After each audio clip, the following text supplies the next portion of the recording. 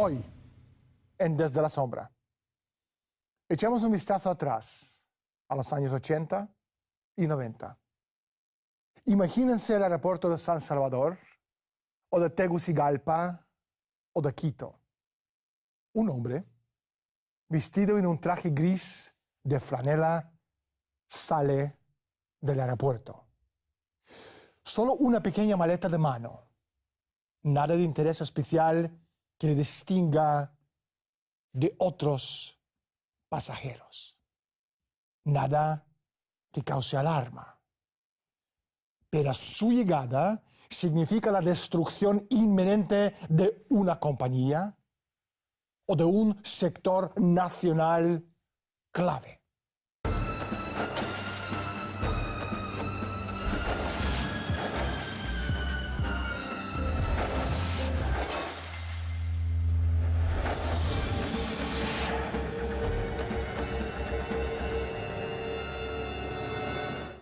El derrumbe de una rama de la economía del país, o la caída del gobierno y cambio de régimen. ¿Quién es capaz de hacer tal cosa y salirse con la suya? Los sicarios económicos. Estamos en medio de una escena de crimen, pero en vez de gore, sangre, cadáveres y sillas volcadas, vemos naciones atrapadas y forzadas a la quiebra. Naciones prósperas, obligadas a subsistir. Esclavos financieros. Esta es la historia del poder y de la codicia.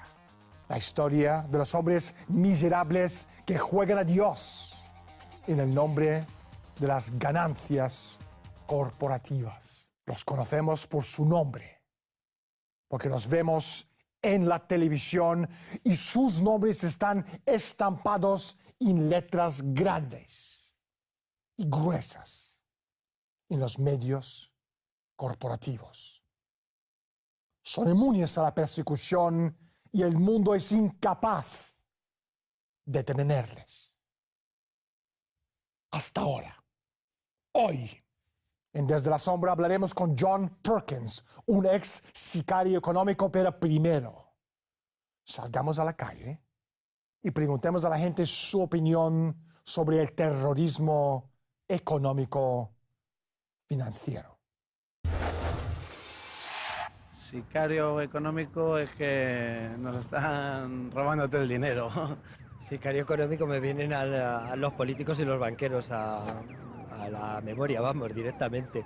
Lo que están haciendo ahora, tanto en España como en Grecia, como en otros muchos sitios. Evoca en mí es la idea de alguien que está al servicio de un poder superior y que no tiene escrúpulos ni tiene una moral importante, sino que trabaja al servicio de una causa, podemos decir, negativa, ¿no? La del robo sistematizado, el robo, digamos, oficializado. John, bienvenido al programa, gracias por estar con nosotros. ¿Cómo te convertiste en un sicario económico? Bueno, fui reclutado por la Agencia de Seguridad Nacional cuando aún estudiaba en la universidad, en la Escuela de Negocios, y tuve que pasar una serie de exámenes psicológicos largos, luego pasar por el detector de mentiras y finalmente me reclutaron.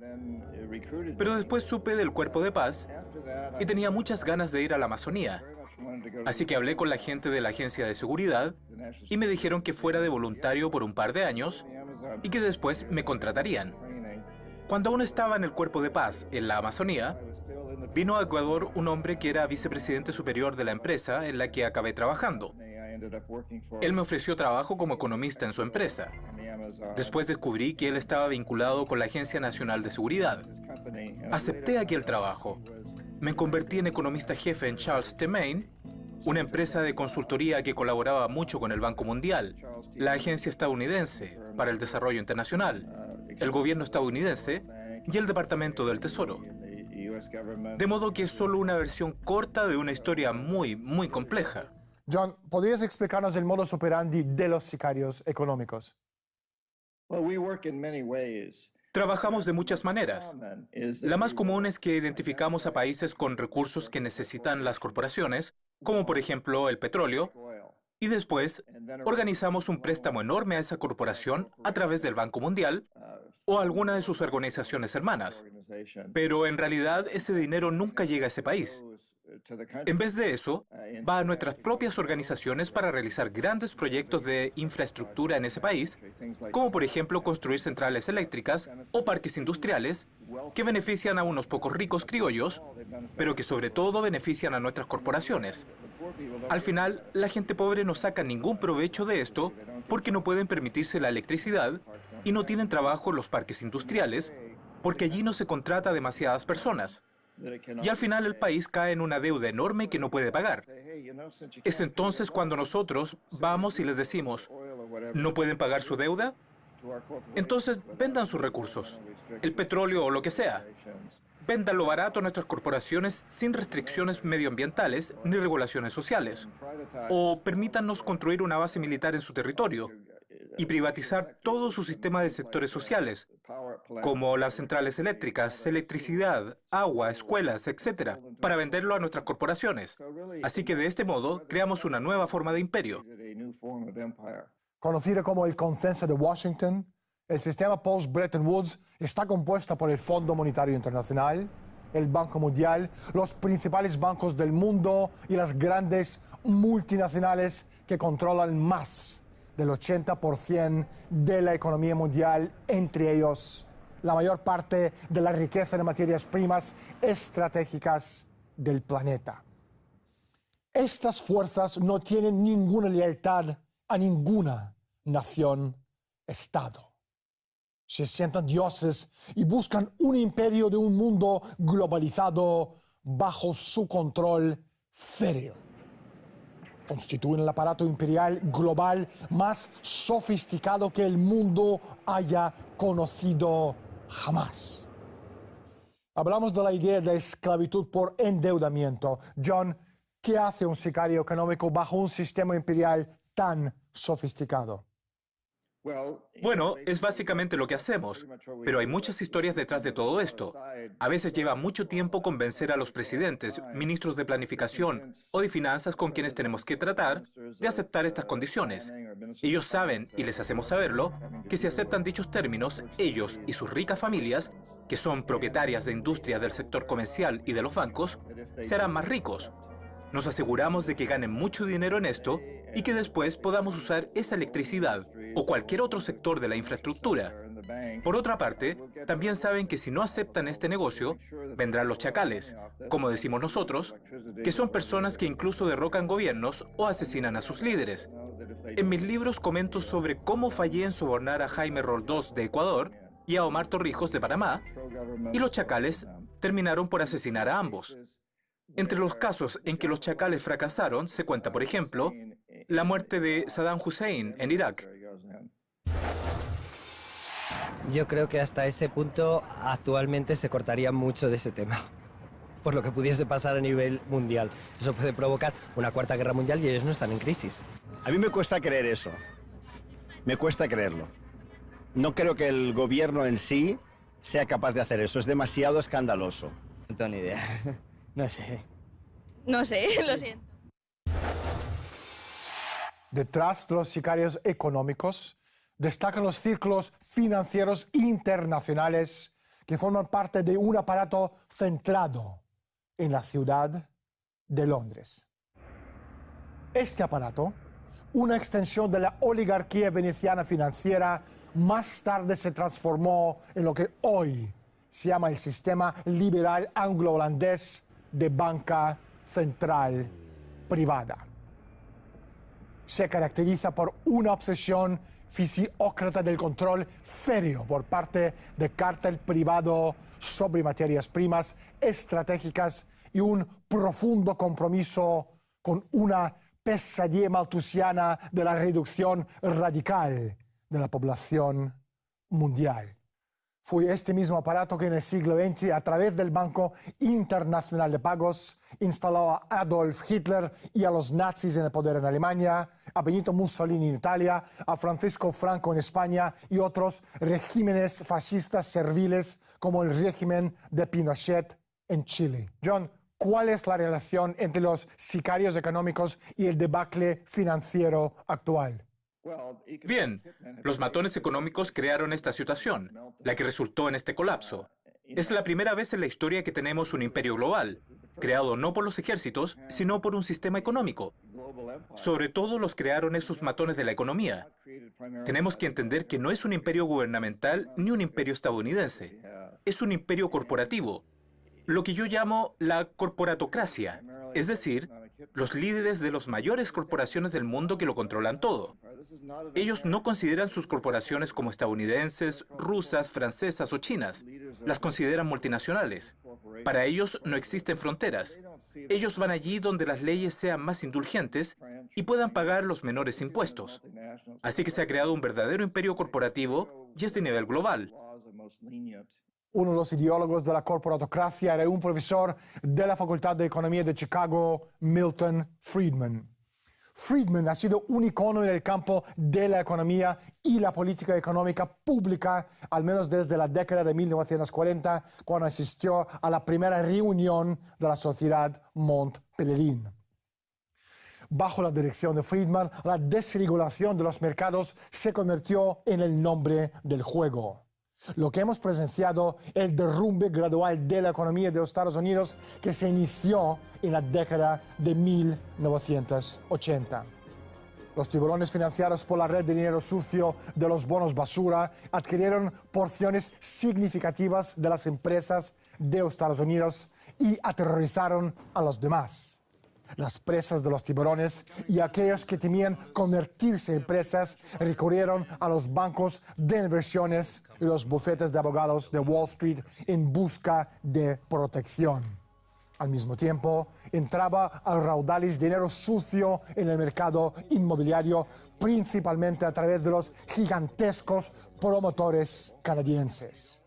El efecto de toda esta desregulación y especulación ha sido que la economía física de los Estados Unidos ha quedado diezmada. A lo largo de 3 últimas décadas, la capacidad productiva de la economía de los Estados Unidos se ha reducido a la mitad, medida en productos de la cesta de la compra en un cálculo per cápita, por familia y por kilómetro cuadrado. Al mismo tiempo, las demandas monetarias que pesan sobre dicha producción en descenso han aumentado de forma hiperbólica. Ha llegado la hora para que ustedes se den cuenta.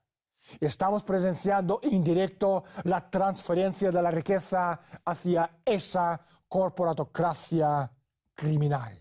Me pregunto qué papel juega en todo esto los movimientos como Occupy Wall Street, así como las manifestaciones que estamos presenciando en todo el mundo. Preguntamos a nuestro experto. John, ¿cuál es tu opinión? Sumamente importante. La gente está despertando. Lo hemos visto con la primavera árabe, en las protestas en Rusia, lo hemos visto en China, en Estados Unidos con el movimiento Ocupa, etc. En América Latina ha ocurrido una enorme revolución democrática. En 10 países se han elegido presidentes que se oponen a la corporatocracia de distintas maneras. La gente de todo el mundo está despertando. Y esto es muy importante. Pero nos queda mucho por hacer y tenemos que tomar más medidas. Sin embargo, la gente realmente se está dando cuenta de todo. Acabo de volver de un viaje por Vietnam, Birmania, Tailandia, Turquía. He estado en Europa. Además, viajo a América Latina varias veces al año. Viajo por Estados Unidos dando conferencias en las universidades, en los foros. Y te puedo decir que la gente de todo el mundo nos está escuchando y están captando el mensaje. A cada una de mis conferencias vienen multitudes porque quieren oír más. Quieren entender mejor lo que pasa. Y es algo muy bueno, porque lo primero que tenemos que hacer para cambiar el sistema es entender el sistema mismo, entender que no funciona y que debemos cambiarlo. En su libro Hoodwinked, Los Engañados en español, John Perkins afirma que el presidente Zelaya de Honduras fue derrocado por un golpe militar que fue diseñado por un par de grandes empresas de los Estados Unidos, Dole y Chiquita, y la CIA. John, ¿nos podrías dar más detalles de lo que tú estás hablando en tu libro? No hay dudas. Zelaya estaba buscando una nueva constitución para su país y eso iba a tener un impacto muy negativo en compañías como Dole, Chiquita y Russell Athletic, porque iba a insistir en la reforma agraria. Chiquita controlaban una enorme parte de las tierras agrarias. Eso iba a cambiar la constitución y también iba a aumentar los salarios significativamente, lo que iba a impactar en compañías como Russell Athletic y otras muchas empresas de material y ropa deportiva. Así que pusieron mucha presión para que no lo hiciera, para que sicarios de la economía trataran de convencer a Zelaya para que no lo hiciera. Pero ya estaba decidido. Estaba decidido y fue un golpe de Estado clásico. Fue el mismo golpe llevado a cabo en la década de 1950 contra el presidente Arbenz en Guatemala. Y ese golpe también fue ejercitado e instituido por la CIA en beneficio de compañías como Chiquita y Dole, que era Dole Food. Entonces, fue un caso clásico de golpe de Estado de la CIA. No hay duda de ello. Fue dirigido y planeado por el jefe de la Armada que había sido entrenado en la Escuela para las Américas, la escuela en la que el Pentágono y la CIA entrenan a la gente. No hay dudas. ¿Y qué ocurrió desde que Zelaya fue reemplazado? ¿Fue sustituido por un dictador brutal? El hambre es extrema. La violencia y el crimen han aumentado desde entonces. Apenas hay libertad de prensa y están reprimidos. Yo creo que fue todo pues esa política interna para ellos, por lo de ahí el petróleo, para llevarse el petróleo. Por motivos económicos, siempre para salir de una crisis, inventarse una guerra es lo mejor. No sé la razón, pero sí la razón por la que no. No fue ni por luchar contra el terrorismo, ni por buscar a Bin Laden, ni por nada parecido. La razón real profunda yo no la sé. El Fondo Monetario Internacional y el Banco Mundial en realidad son los arquitectos de las políticas bajo las cuales funcionan los sicarios económicos. Me pregunto, ¿cuál ha sido el papel de los sicarios en casos como el de Torrijos y Roldós, así como la invasión de Panamá en 1989, Irak en 1991 y también en 2003? John, danos tu opinión, por favor. Bueno, hay varias cuestiones, pero en el caso de Roldós y Torrijos, no hay duda de ello. Yo fallé personalmente. No pude avisarles. No eran corruptos, tenían mucha integridad. No estaban vinculados con el sistema al que les tratábamos de vincular. Y ambos murieron en un accidente de avión, accidentes de aviones privados. Para mí no hay dudas de que fue la CIA, de que fueron algunos de sus operarios. Y en el caso de Noriega es algo bastante diferente. Para mí es un misterio exactamente por qué Estados Unidos destruyó una gran sección de la ciudad de Panamá y asesinó a algo más de 2.000 personas y quizás hasta 6.000 personas. Seguimos sin saber exactamente a cuántas personas mató Estados Unidos en su invasión de Panamá. Algo totalmente innecesario. Fue algo que todo el mundo condenó y no existía ninguna amenaza para Estados Unidos por parte de Panamá. Iban detrás de Noriega. ¿Por qué tuvieron que destruir una parte tan grande de la ciudad y matar a tantos civiles inocentes? Siempre ha sido una gran duda. La mejor respuesta que he oído, aunque no tengo pruebas de ello aún, pero lo que he oído es que Noriega había reunido muchas fotos y pruebas contra los políticos estadounidenses y empresarios, incluyendo probablemente al segundo presidente Bush. Su padre estaba en el poder entonces. Su padre dio la orden de invadir Panamá. Y existen numerosas pruebas y sugerencias de que le habían pillado en situaciones comprometidas. Había tomado drogas, practicado sexo, etc., en una isla llamada Cantadora de Panamá, y años después, incluyendo cuando yo estaba allí, había un paraíso donde podían ir empresarios y políticos, y en donde había plenitud de drogas, mujeres, es decir, todo lo que quisieras. Era un paraíso donde no había cámaras ni información. Podíamos hacer lo que quisiéramos. Pero el rumor era que Noriega cambió eso con cámaras ocultas para usarlo como política de influencia con Estados Unidos, y los militares fueron y destruyeron esa sección de la ciudad, que incluía el edificio que albergaba los archivos donde se encontraban las fotografías con información disponible, y el edificio fue destruido. Fue totalmente demolido por los militares estadounidenses. Hablé con uno de los testigos que vio a los soldados estadounidenses que entraron para buscar entre los escombros. El área fue bombardeada y quemada. comprobaron que todo había sido quemado y destruido. Así que creo que es algo que tiene bastante credibilidad, aunque no tengo pruebas de ello. En la actualidad está muy extendida por error la creencia de que continúa vigente la misión original del Fondo Monetario y del Banco Mundial. Dicha misión consistía en fomentar el desarrollo y aliviar la pobreza del tercer mundo, pero en la práctica estos organismos han incrementado la pobreza y la miseria de millones de personas con el plan de créditos denominado Programa de Ajuste Estructural, que logra aumentar la deuda, los intereses, el estancamiento y la inestabilidad de esos países. El resultado obvio de los créditos de ajuste estructurales del Fondo Monetario y del Banco Mundial es que el dinero prestado a los países pobres se emplea inmediatamente en pagar los intereses a las instituciones bancarias occidentales. Hoy en día, esto se hace a propósito en tanto el Fondo Monetario como el Banco Mundial están sirviendo de agentes del nuevo sistema colonial. Ahora bien, los SAP conllevan la liberalización de las economías de África, lo cual quiere decir que se anima a las empresas extranjeras a que se apoderen de determinados sectores de la economía. Los países pobres del tercer mundo no tuvieron más remedio que acatar las dolorosas medidas que exigía el Banco Mundial, las cuales eran esenciales para el crecimiento sostenido y la estabilidad económica, la norma típica de la oligarquía de obtener beneficio comprando barato y vendiendo caro. John, ¿crees que existe tal cosa como el gobierno mundial o empresa mundial S.A.? Las grandes corporaciones viven en su propio mundo, no aceptan fronteras. No es lo mismo que un mundo de un solo país, pero para las compañías mundiales y multinacionales hay mucho de eso, y es una conspiración y mucha de la corporatocracia. Los líderes de estas corporaciones se reúnen entre ellos y se conocen entre ellos.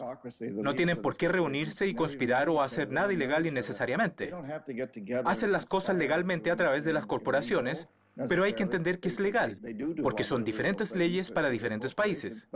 Pero todas persiguen la misma meta: maximizar los beneficios independientemente del coste social o medioambiental. Así que cuando un país o un gobierno tratan de imponer las leyes que los restrinjan, todas se agrupan. Así que aunque vea a Nike y Reebok compitiendo en las tiendas locales o las petroleras compitiendo entre ellas, si alguien los desafía para ganar más dinero, pondrán una gran presión en contra, incluyendo la posibilidad de un daño físico a las personas que tratan de cambiar esas leyes. Desde el punto de vista de John Perkins, ¿cómo es el futuro? Yo diría que tengo una gran esperanza de que cambiemos eso. Creo que nos alejamos del momento de la historia en que las organizaciones religiosas mandaban en el mundo a otro en el que los gobiernos y corporaciones mandan en el mundo. Y tienen un puesto privilegiado en el gobierno de países como España y Portugal, Francia, Alemania, Inglaterra y la Unión Soviética, y finalmente en Estados Unidos.